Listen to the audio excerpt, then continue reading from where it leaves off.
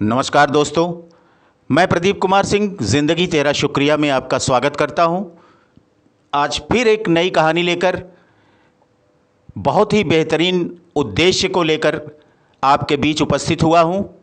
कहानी का शीर्षक है अनपढ़। उत्कर्ष अभी अभी कॉलेज से घर पहुंचा था। आज उसका रिज़ल्ट घोषित हुआ था। वह दौड़कर अपने पापा के कमरे में गया, अपने पापा का पैर छूकर अपना रिज़ल्ट उनके हाथों में दे दिया। उसने 98% अंक पाकर अपने कॉलेज में टॉप किया था। पापा रिज़ल्ट देखकर बहुत हर्षित और उत्तेजित हो गए थे।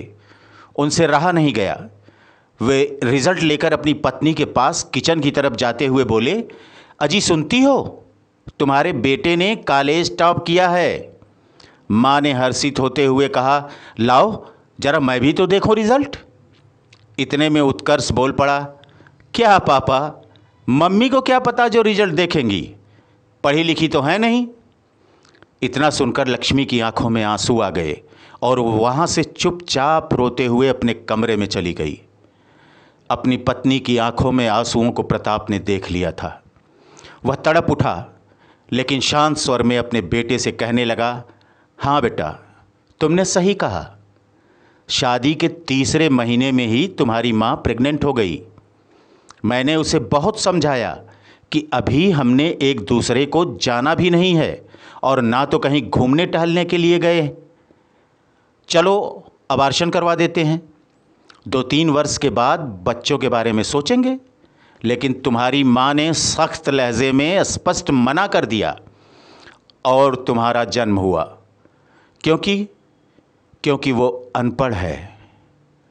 तुम्हारी माँ को दूध बिल्कुल पसंद नहीं है, फिर भी वो पूरे 9 महीने तक दूध पीती रही ताकि तुम कमज़ोर ना पड़ जाओ।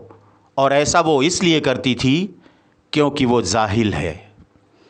मेरा और तुम्हारा खाना परोसकर खिलाने में वो स्वयं का खाना भूल जाती थी क्योंकि वो गंवार है।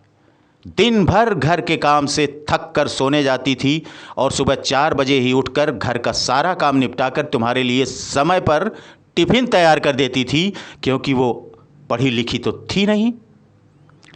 बचपन में ठंड भरी रातों में जब तुम बिस्तर गीला कर देते थे तो स्वयं गीले बिस्तर पर सोकर तुम्हें सूखे वाले हिस्से पर सुलाती थी, क्योंकि वो अनपढ़ है। एक कपड़े पर पूरा वर्ष गुजार देती थी, लेकिन तुम्हारे लिए ब्रांडेड कपड़ों के लिए मुझसे जिद करती थी, इसलिए कि उसने कुछ पढ़ा लिखा ही नहीं था।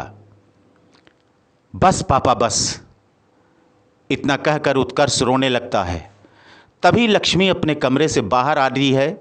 उत्कर्ष अपनी माँ के गले लगकर रोने लगता है और कहता है, माँ मुझे माफ़ कर दो। आज ये 98% मार्क्स जो मुझे मिले हैं ना, ये आपके 100% मेहनत का फल है। मुझे यहाँ तक पहुँचाने वाली मेरी पहली टीचर आप हैं।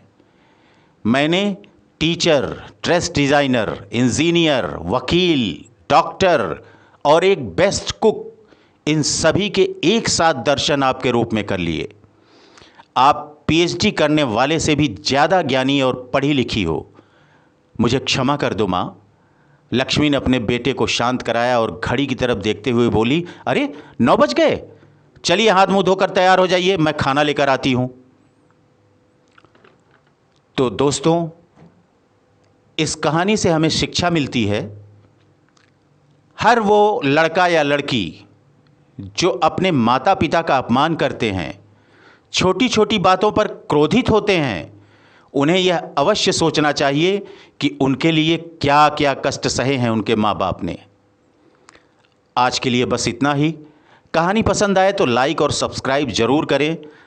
साथ ही अपने कीमती सुझाव भी कमेंट बॉक्स में ज़रूर लिखें। फिर मिलेंगे एक और बेहतरीन कहानी के साथ। धन्यवाद।